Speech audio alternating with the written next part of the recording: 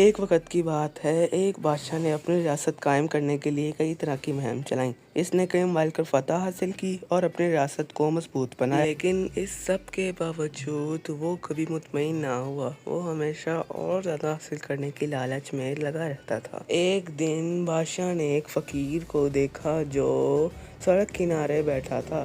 فقیر کی آنکھوں میں ایک عجیب سی شانتی اور مطمئنی تھی۔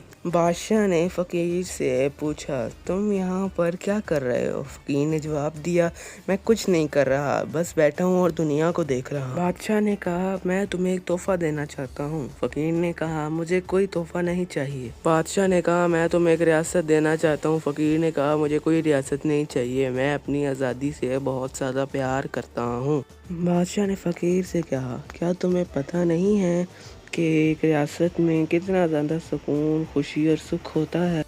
فقیر نے جواب دیا، مجھے پتہ ہے کہ ایک ریاست میں کتنا سکھ اور خوشی ہوتی ہے، لیکن میں کوئی ریاست نہیں چاہتا، میں اپنی آزادی سے پیار کرتا ہوں۔ بادشاہ نے فقیر سے کہا، میں تمہیں ایک اور موقع دینا چاہتا ہوں، تم میرے ساتھ چلو اور میری ریاست میں رہو۔ لیکن فقیر نے کہا کہ مجھے تمہارے ساتھ نہیں رہنا، میں یہیں ٹھیک ہوں۔ بادشاہ نے اس کی بات مانی اور وہ وہاں سے چلا گیا۔